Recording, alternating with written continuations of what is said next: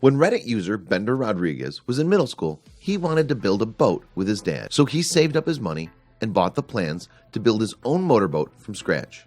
It took him and his dad 10 years to complete, but now the boat is hitting the high seas.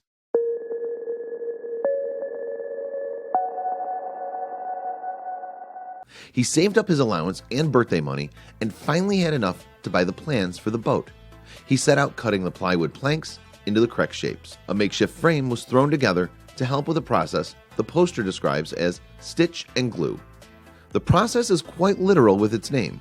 You literally stitch together pieces of plywood with copper wire, then seal the seams with glue.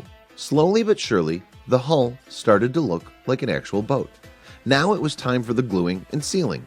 He cut all the copper wire away and covered all the seams with strips of fiberglass cloth and epoxy.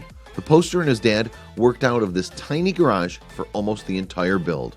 That's a pretty cramped workspace. By the time they started putting fiberglass on the exterior, 4 years had passed since they first started this project. After the fiberglass was applied, it was time to start the dreaded sanding process. The first coat of paint applied. BenderRodriguezz had graduated high school by the time they started to install the electrical and working on the deck. While BenderRodriguezz was away at college, work on the boat definitely slowed down. Here he and his father are gluing and clamping pieces of African mahogany wood around the outside of the hull. Even more sanding. The poster said, "I still have nightmares about the sanding." He took his time and did it the right way though, and once that varnish was on it, it really showed. This thing is beautiful.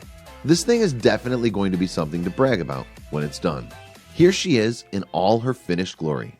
They named the vessel Current.